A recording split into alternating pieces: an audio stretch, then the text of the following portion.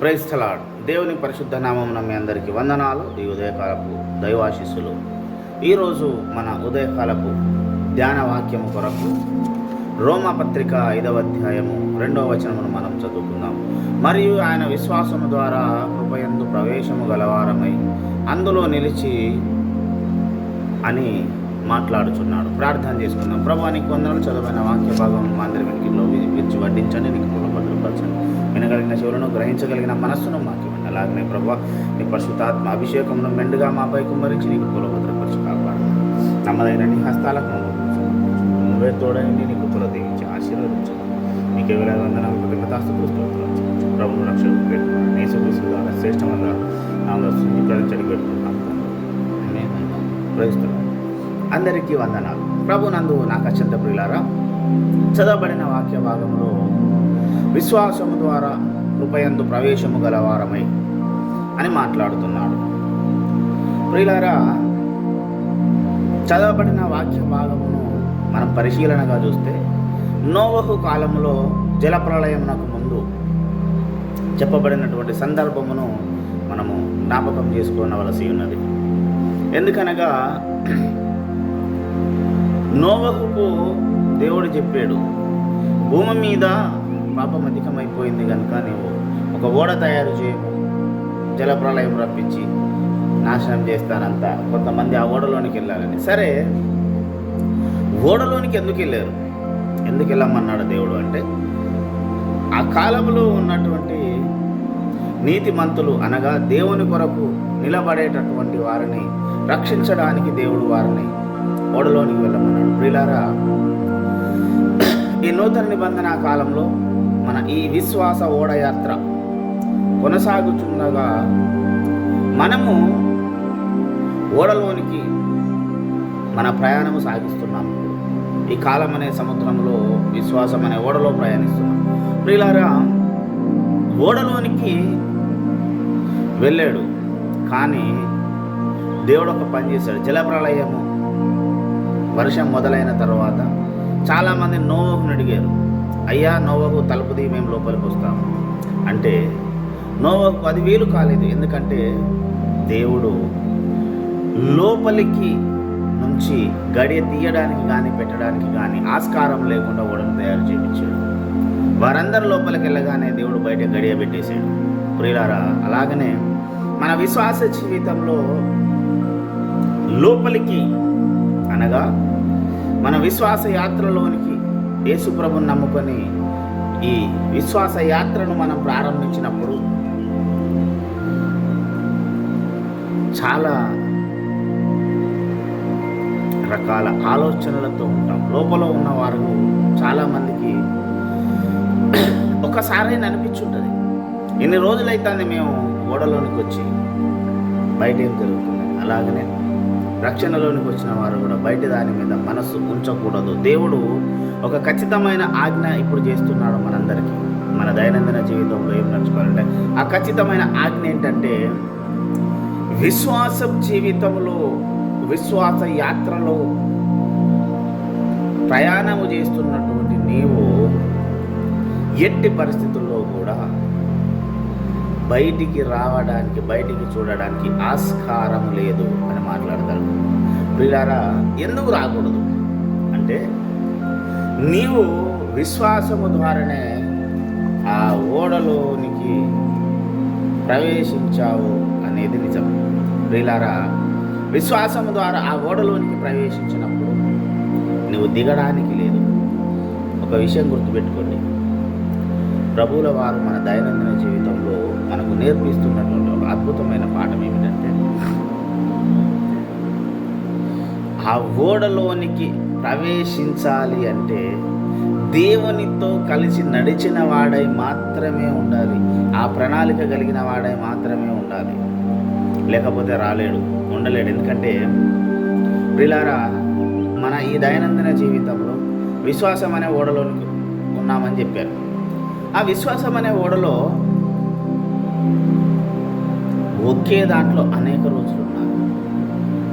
మన దైనందిన జీవితంలో మనం కూడా ఈ విశ్వాస యాత్రను ఏమి కలిగి ఉన్నాం? లోకంలో ఒకసారి విశ్వాసయాత్ర ఆరంభించిన తర్వాత లోకంలో ఉన్నవి చాలా అట్రాక్ట్ చేస్తాయి, చాలా ఆకర్షిస్తాయి. ఆకర్షణకు లోనై దేవుని ఆలోచనలకు తావు లేకుండా నువ్వేం చేసావు, నేనేం చేశాను, మనం ఏం చేశాం ప్రియులారా? ఒకటి, విశ్వాసిగా నువ్వు మారిన తర్వాత మన జీవితంలో ఏదైనా జరగాలంటే 2 రకాల ఆప్షన్స్ ఉంటాయి. ఒకటి దేవుడి చిత్తము, 2 మన చిత్తము. ఇది చాలామంది విశ్వాసులకు ఈరోజు క్లారిటీ లేని ఒక ప్రశ్న. మన చిత్తం ఏమిటి, దేవుడి చిత్తం ఏమిటి? దేవుని చిత్తం అయితే ఈ రెండింటి గురించి మరొక ఎపిసోడ్లో ఎప్పుడన్నా చూసుకుందాం, కానీ ఇప్పుడు చిన్న క్లారిఫికేషన్ చెప్తాను. అయితే దేవుడి చిత్తము మన చిత్తము అసలు ఎందుకు ఈ మాట అనాల్సి వచ్చిందంటే, మనము ఏదైనా చేయాలి అనుకున్నప్పుడు దేవుడి చిత్తము ఒకటి ఉంటుంది, మన చిత్తం ఒకటి ఉంటుంది. అయితే దేవుడు కొన్నిసార్లు మన జీవితంలో కొన్ని వద్దు అని మనకు వారిస్తాడు, మనం వినం, దాన్ని అతిగా పట్టుకుంటాం.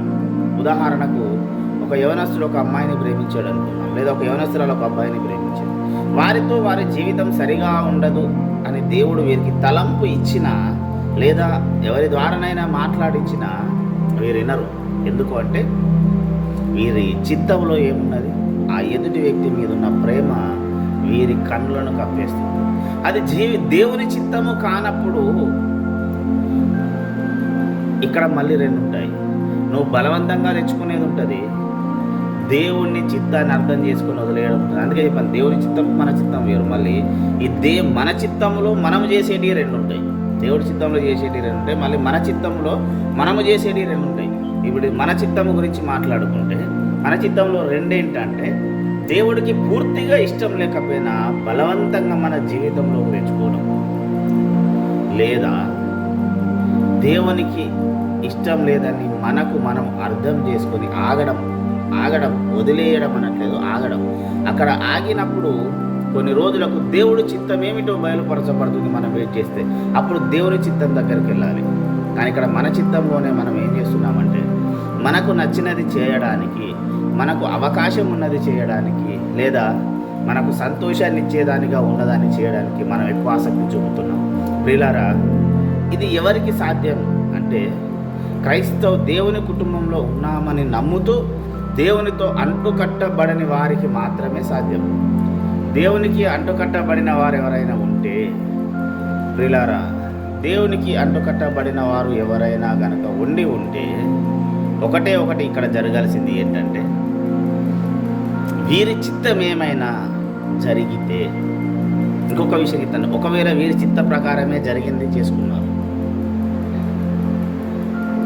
సరే, ఇది దేవుని చిత్తంలో ఉండి ఇతన్ని చేసేటప్పటికి అది సమయము కాకపోయి ఉండి ఒకవేళ ముందు చేస్తే కొంత మట్టుకు సక్సెస్ అవుతాడు. కొంతమంది దేవుని చిత్తానికి వ్యతిరేకంగా, అంటే నీతో విశ్వాసమునకు సరితూగని వాణ్ణి, లేదా నీతో విశ్వాసంలో పాలు పంపులు పొందడు అని తెలిసినా కూడా మనకున్నటువంటి ఆకర్షణకు లోబడి, మనకున్న ఇష్టానికి లోబడి మనం ఏదైనా చేస్తే నీతో విశ్వాసయాత్రను అతను కానీ ఆమె కానీ ఆ సందర్భము కానీ కొనసాగించలేదు.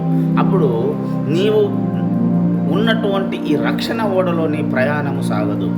ప్రియులారా, ఒక విషయం గమనించాలి, నీ చిత్తము నెరవేరిస్తే నువ్వు కొంత మట్టుకే హ్యాపీగా ఉంటావు, కొంత మట్టుకు మాత్రమే నువ్వు అనుకున్న దాన్ని చేరగలుగుతావు. అదే దేవుడి చిత్తాన్ని కనుక నీవు చేయగలిగితే, చేరుకోగలిగితే పాటించగలిగితే, నీవు పొందిన నీ చిత్తము ద్వారా నీకు కలుగుతున్నటువంటి సంతోషము ఒక 4 అంతలు 5 అంతలు ఎక్కువగా పొందగలవు. ప్రైస్తలాడ్. ఇది ఖచ్చితంగా మనము గమనించవలసినటువంటి విషయం. ప్రియులారా, ఒక విషయాన్ని ఎప్పుడూ గుర్తుపెట్టుకోవాలి, నీ విశ్వాస యాత్రలో నీతో పాటు కలిసి నడిచేటటువంటి వారు నీ దేవుడు. ఎమ్మై మార్గంలో దేవుడు వారితో నడిచాను, హనోకు దేవునితో నడిచాను, చాలా సందర్భాలు నడిచాడు. వాళ్ళకే నడిచాడు, మనకు లేదని కాదు. ఈరోజు నీ జీవితంలో నువ్వు ఏమి చేయాలన్నా దేవుడు నీతో కలిసి ఖచ్చితంగా నడవాలి. దేవుడితో నడకకు నీవు అవకాశం ఇవ్వకపోతే నీవు రక్షణ ఓడలోనికి ఎక్కింది అర్థమే. వీళ్ళారు ఒకటి గమనించండి, దేవుడు నీతో నడవాలి అని అనుకుంటున్నాడు, నడుస్తాడు నువ్వు అవకాశం ఇచ్చినప్పుడు.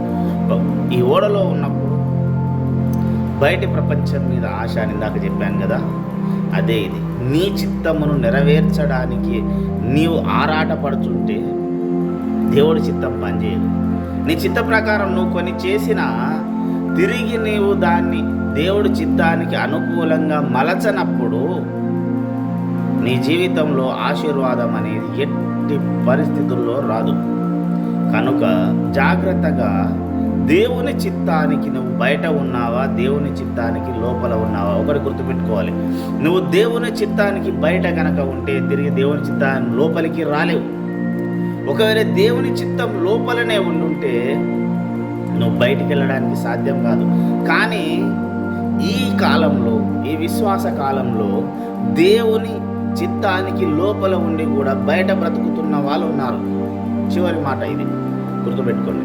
దేవుని చిత్తం లోపల ఉండి కూడా, అంటే విశ్వాస యాత్రలో ఉండి కూడా బయట బ్రతుకుతున్న వాళ్ళు ఉన్నారు. ఈ బయట బ్రతికే వారు ఎవరంటే దేవుని చిత్త ప్రకారం చేస్తున్నామని అనుకుంటూ ఉంటూ దేవునికి సంబంధం లేని విషయాలకు అనుసంధానమై దానికి మాత్రమే ప్రాధాన్యత ఇస్తూ బ్రతికేవారు. ఒక విషయం గుర్తుపెట్టుకో నా ప్రియ సహోదరుడా, సహోదరి, నీవు నీ కుటుంబం ఆశీర్వదించబడాలంటే నీవు నీ కుటుంబం దేవుడి సన్నిధిలో మోకరిల్లగలగాలి. లేదా సార్ మాకు సమయం అనుకూలించట్లేదు, ఆమె ఒకటి నేను ఒక టైంలో డ్యూటీ ఉన్నాం, సంథింగ్ ఏదో ప్రాబ్లం ఉంది అంటే ఒకే ఒక అంశం కొరకు, అంటే ఏదైనా మీరు ప్రార్థన చేస్తున్న అంశాలన్నింటి కొరకు ఒక స్త్రీ ఎలాగనైతే, ఒక భార్య ఎలాగనైతే ఏకీభవించి ప్రార్థించగలిగిందో దేవుని మనసుతో, అదే స్థాయిలో భర్త కూడా అదే ప్రార్థనాంశాలను ఎత్తి ఆమెలాగానే ప్రార్థించగలిగినప్పుడు నీవు చేస్తున్నటువంటి ఈ యాత్ర నీ జీవిత యాత్రగా మారుతుంది. అప్పుడే దేవుడు నీతో కలిసి నడవగలుగుతాడు. విశ్వాసిగా మనం ఉన్నప్పుడు నేను ఒకలాగున్నాను, నా తోడు నా సహచరులు ఇంకోలాగున్నారంటే నీ జీవితంలో ముందుకెళ్ళడం లేదు, నువ్వు అక్కడే నిలిచిపోయావని అర్థం. దేవుని దృష్టిలో నువ్వు ఆగిపోయావు, కానీ బయటకి వెళ్ళలేదు. గుర్తుపెట్టుకున్న ప్రియ సహోదరుడా, సహోదరు, ఈ ఉదయకాలంలో దేవుడు నిన్ను హెచ్చరిస్తున్నాడు. నువ్వు ఇంకా దేవుని రక్షణలోనికి వచ్చినప్పుడు నీ చిత్త ప్రకారమే, నీ ఇష్టానుసారంగానే నువ్వు వచ్చి మళ్ళీ నీకున్న సమస్యలతో, ఇబ్బందులకు, బాధలకు, శోధనకు, వేదనకు, దేనికో నువ్వు బయట బ్రతుకుతుంటే, దేవుని నావలో ఉండి కూడా నువ్వు, విశ్వాస నావలో ఉండి కూడా నువ్వు బయట బ్రతుకుతుంటే ఇంకా నీవు మరలా ఓడలో తిరిగి దేవునితో సంచారము చేయడానికి దేవుడు నీకు సమయాన్ని ఇస్తున్నాడు. ఈ ఉదయకాలం ఎప్పుడు గుర్తుపెట్టుకోవాలి, నువ్వు ఓడలో, రక్షణ నావలో, ఈ విశ్వాస నావలో ఉండి విశ్వాస నావలోనే బ్రతుకుతున్నావా, విశ్వాస నావలో ఉన్నాననే ఆలోచనతో బయట బ్రతుకుతున్నావా?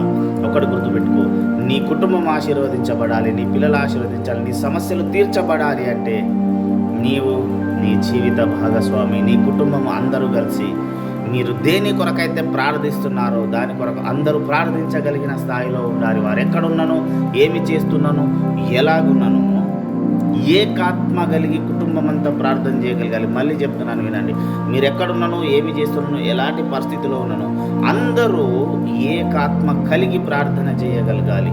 ఆ ఏకాత్మ కలిగి ప్రార్థనను ఎప్పుడైతే చేయగలుగుతావో అప్పుడే నీ కుటుంబము సదా ఆశీర్వదించబడుతుంది.